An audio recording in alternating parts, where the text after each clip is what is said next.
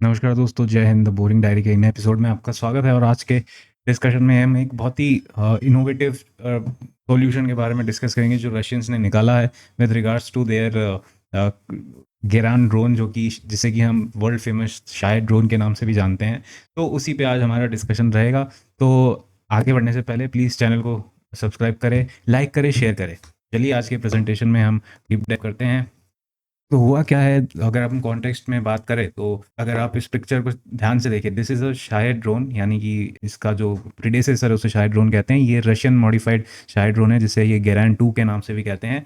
And now what the Russians have done is कि वो इस पे एक air to air missile attach करके इसको आगे भेजते हैं। So it does two thing कि पहला तो अपने आप में ये एक कामिकाज़े यूएवी है ही सही, बट इसके साथ साथ इसको इन्होंने एक एयर टू एयर कॉम्बैट वर्दी सोल्यूशन भी बना दिया है। और इसके थ्रू ये लो फ्लाइंग ऑब्जेक्ट्स को टारगेट करते हैं, फॉर एग्जांपल हेलीकॉप्टर्स। तो इसने हेलीकॉप्टर्स टारगेट किए हैं। एंड उसके बाद अपने दम पे जो कामिकाज़े ड्रोन को जो टारगेट करना होता है वो बाद में करता ही है। So it's like a 2 in 1 solution. It's like कि एक तीर से दो निशाने आप टारगेट कर रहे हैं, यानी कि एक छोटा मोटा फाइटर जेट भी है ये, और एक छोटा मोटा मिसाइल भी है। एक मिसाइल और फाइटर जेट एक ही पैकेज में। तो इसलिए इससे अगर हम इसको अगर देखते हुए, ध्यान में रखते हुए हम अपने डिस्कशन को आगे बढ़ाए तो इससे हमें क्या सीख मिलेगी, उसी पे आज का ये वीडियो है।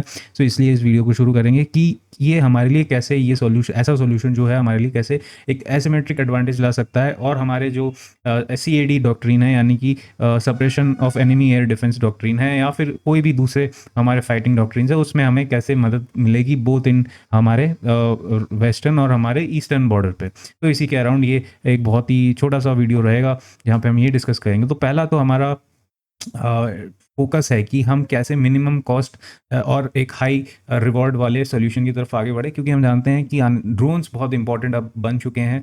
एंड अगर हम ऑपरेशन सिंदूर में देखें तो हमने जो पहले पाकिस्तान की एयर डिफेंस को टारगेट किया था वो पहले ड्रोन्स के थ्रू किया था। वो हार्पी और हैरोप ड्रोन्स के थ्रू हमने किया था इन एयर डिफेंस को टारगेट। एंड इसकी अगर और आगे जब हम बढ़े कि और इसके क्या ऑल्टरनेटिव्स देश में डेवलप किए जा रहे हैं, तो पहला तो NAL द्वारा, यानी कि नेशनल एरोनॉटिक लिमिटेड द्वारा एक कामिकाज़े ड्रोन डेवलप किया जा रहा है, और NRTA न्यू स्पेस रिसर्च के द्वारा भी एक कामिकाज़े ड्रोन डेवलप किया जा रहा है, जिसका इन दोनों प्रोडक्ट्स का जो आपका रेंज रहेगा वो 1000 किलोमीटर के आसपास रहेगा। और जो NAL डिज़ाइन कर रहा है वो मैन्युफैक्चर जो होगा वो सोलर इंडस्ट्रीज़ द्वारा किया जाएगा। So both case private players are the major vendors of these project, और बहुत ही सिमिलर प्रोजेक्ट है कंपेयर टू दी शायद और गेरान ड्रोन्स। सो इन अ वे हम इस पे ये चीज़ इम्प्लीमेंट कर सकते हैं अगर हम थोड़ा सा और इनोवेटिव होते हैं तो, और उसके एसिमेट्रिक आउटकम्स हमको बहुत ज़्यादा मिलेंगे, क्योंकि compare to sending a fighter jet और attack helicopter to take down other helicopters और firing a very expensive missile to neutralise such things, हम एक तीर से दो निशाने मार सकते हैं by using these kind of kamikaze drones loaded with a cheap air to air missile. So ये हमारे लिए हमारी ईस्टर्न बॉर्डर और वेस्टर्न बॉर्डर पे बहुत ज़्यादा ईज़ के साथ काम कर सकते हैं for first denial of air space. Yes, आपका जो A2AD मिशंस होता है उनमें ये कुछ हद तक हेल्पफुल साबित हो सकते हैं, क्योंकि ये जो सिस्टम्स हम डेवलप कर रहे हैं, खासकर कि जो आपका न्यू स्पेस द्वारा डेवलप किया जा रहा है, ये ऑटोनॉमस स्वॉर्म में भी ऑपरेट कर सकते हैं। एंड इसलिए ये एक बहुत ही कॉस्ट इफेक्टिव एरिया एक्सेस और एरिया डिनायल का हमारे लिए सॉल्यूशन बन सकता है। और ठीक है, हमारे पास फाइटर जेट स्क्वाड्रंस की फ़िलहाल कमी है, तो ये जो सॉल्यूशन है कुछ हद तक हमको रियायत दे सकता है। सेकंड है कि इकोनॉमिक्स को अगर समझे कि आपका जो इंटरसेप्टर कॉस्ट होता है वो काफ़ी महंगा होता है, 40-50 करोड़ तक मैक्सिमम जाता है, मिनिमम 4 से 5 करोड़ से शुरू होता है। उसके कंपैरिजन में आपका एक छोटा सा drone equipped with these kind of missile में cost max to max up to 2 to 3 crore. तो इसका स्ट्रेटेजिक इम्प्लीकेशन यही होता है कि आप अच्छे क्वालिटी के सैचुरेशन अटैक्स भी कर सकते हैं। आप एनिमी फोर्सेस के लो फ्लाइंग चॉपर्स, जो अटैक चॉपर्स हैं, उनको भी टारगेट कर सकते हैं, और आप हाई वैल्यू एसेट्स को भी उनके टारगेट्स कर सकते हैं, एंड उन पे एक इकोनॉमिक कॉस्ट हम इम्पोज कर सकते हैं। सो जैसा मैंने बताया कि आपका जो फ़िलहाल अंडर डेवलपमेंट जो मेजर 2 प्रोग्राम है वो उसमें डिज़ाइन वाला काम वो NAL या फिर DRDO द्वारा किया जा रहा है, और जो मैन्युफैक्चरिंग वाला काम है उसमें 2 फ़िलहाल मेजर कंटेंडर्स है। पहला तो NSRT है और दूसरा है सोलार ग्रुप। एंड दोनों की पॉसिबिलिटी है कि वो मास प्रोडक्शन में जाएंगे, एंड जो प्रोडक्शन रेट्स है वो बहुत डिसेंट है।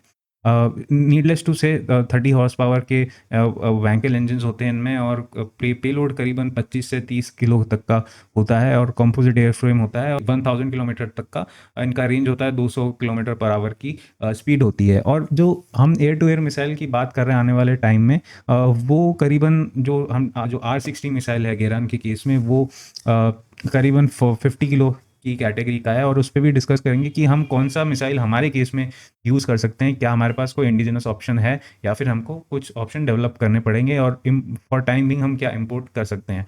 तो सबसे बड़ा फ़ायदा जो ये ड्रोन हमारे केस में करेंगे, ये स्वॉर्म्स में ऑपरेट कर सकते हैं, बट जो आपके शायद ड्रोन्स है वो स्वॉर्म्स में उतने हद तक ऑपरेट नहीं कर सकते हैं। वो उसका कारण ये है, जो न्यू स्पेस रिसर्च का स्वॉर्म टेक्नोलॉजी है वो ऑलरेडी इन यूज़ है, वो हमारी फोर्सेस ऑलरेडी यूज़ करती है इन सम शेप और फॉर्म। तो जो स्वॉर्म ड्रोन्स कैपेबिलिटी है वो ऑलरेडी हमारे पास बैटल टेस्टेड है।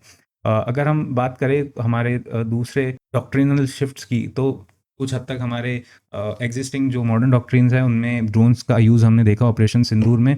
और अगर इस तरीके के ड्रोन्स हमारे पास आते हैं, शेषनाग 150 टाइप का drone which is loaded with air to air missile, वो एक अपने आप में बहुत बड़ा अचीवमेंट होगा, क्योंकि इनके रेंजेस 1000 किलोमीटर से ज़्यादा है। हम इनको बहुत दूर से लॉन्च कर सकते हैं, और पाकिस्तान के केस में तो उनके पास ज़्यादा डेप्थ है भी नहीं, तो we can launch these things pretty far away, and उनको पता भी नहीं चलेगा कहाँ से क्या आया है, क्योंकि ये ड्रोन सही में बहुत छोटे होते हैं, इनको डिटेक्ट कर पाना ईजी नहीं है। उसके बाद सैचुरेशन अटैक बहुत सही अच्छे क्वालिटी का हमने देखा ऑपरेशन सिंधु में, वो अच्छी क्वालिटी का था।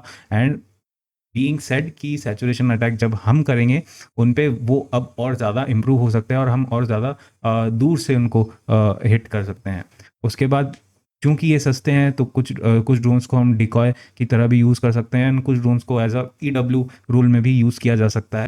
Since these things are autonomous in nature, और ये स्वॉर्म्स आपस में बात कर सकते हैं, तो GPS डिनाइड आपके एनवायरनमेंट में भी हम कुछ हद तक या फिर काफ़ी हद तक हमारे जो एनिमी के रीजन है उसमें ऑपरेट कर पाएंगे, and will be able to cause a lot of pain और cause a lot of damage to their air defence system. तो एक तरीके से ये हमारे लिए ऑन ग्राउंड रिलेटेड टारगेट्स पे भी बहुत इफेक्टिव रहेगा, बट ये इफेक्टिव रहेगा हमारे एयर टू एयर डॉक्ट्रिन में भी, जो कि आपके स्लो मूविंग ऑब्जेक्ट्स हैं, उसके लिए हमको महंगे इंटरसेप्टर्स फायर नहीं करने पड़ेंगे, and these drones can also take care of such things. तो अगर हम एयर टू एयर मिसाइल्स की बात करें, तो उस R60 के रेंज में फ़िलहाल हमारे पास कोई ऑप्शन नहीं है। हमें लेस देन 50 kg का वेट चाहिए, और सीकर शुड भी आपका हीट सीकिंग सीकर। सो फिलहाल रेडीमेड अवेलेबल कोई ऑप्शन नहीं है, but the V-SHORADs can be modified to be air to air category missile. And क्योंकि इसका वेट ऑलरेडी 20 kg का है, और उसका रेंज भी ऑलमोस्ट इसी रेंज में पड़ता है, R60 का है, उससे थोड़ा सा ज़्यादा कम का डिफरेंस है, तो वो हम मैनेज कर सकते हैं to modify the V-SHORADs into this. Till then we can look for other options from Israel, or maybe import R60, because R60 बहुत पुराना मिसाइल है, and I am not so sure if the Russians are producing it. और मुझे लगता है जो R60 अभी गेरन 2 पे यूज़ हो रहा है, वो एक्चुअली जो एग्जिस्टिंग स्टॉक पाइल पड़ा हुआ था वो वही यूज़ कर रहे हैं। तो टू समराइज, हम पहला इसको यूज़ करेंगे डिसेप्शन और सैचुरेशन के लिए, एंड उसके बाद इसका यूज़ होगा एक प्रॉपर SEAD के लिए, उसमें ये एक बहुत ही इंपॉर्टेंट रोल प्ले कर सकते हैं। फिर एक बार SEAD आपका एस्टेब्लिश हो गया, then it may be used, और it will be used to take care of low flying and slow moving flying objects. So cost efficiency के पर्सपेक्टिव से भी बहुत बढ़िया है। उसके बाद फायर पावर और सैचुरेशन कैपेबिलिटी में भी ठीक ठाक है, और रेजिलियंस के मामले में तो खैर आपके लाइफ को, आपके किसी पायलट के लाइफ को कोई खतरा नहीं है, तो उस मामले में भी ये बढ़िया है। उसके बाद क्रिटिकल चैलेंजेस जो हो सकता है, सो वो हो सकता है आपका EW से हो सकता है। सो हमें ये कैपेबिलिटी ज़रूर इसमें देखनी पड़ेगी कि ये जो सिस्टम्स हैं ये GPS डिनाइड ऑपरेशंस में भी ऑपरेट करे, तो हो सकता है उसके चक्कर में अच्छे क्वालिटी के गाइडेंस के चक्कर में थोड़ी सी चीज़ें महंगी हो जाए, but it still won't be costlier then the existing solution. तो इसलिए मेरे ख्याल से अब आने वाले हैं समय में 2030 तक, 32 तक, we can try to incorporate this innovation. I think this is a good innovation, and हमें एक बार कुछ टाइम के लिए इस सॉल्यूशन को चेक करना चाहिए कि if it is fit for our needs और नॉट। आई होप आपको ये वीडियो से कुछ अच्छी जानकारी मिली होगी और आपको आपकी नॉलेज में कुछ वैल्यू ऐड हुआ होगा। आज के वीडियो के लिए इतना ही। Till then, until next video, धन्यवाद, जय हिंद, टेक केयर।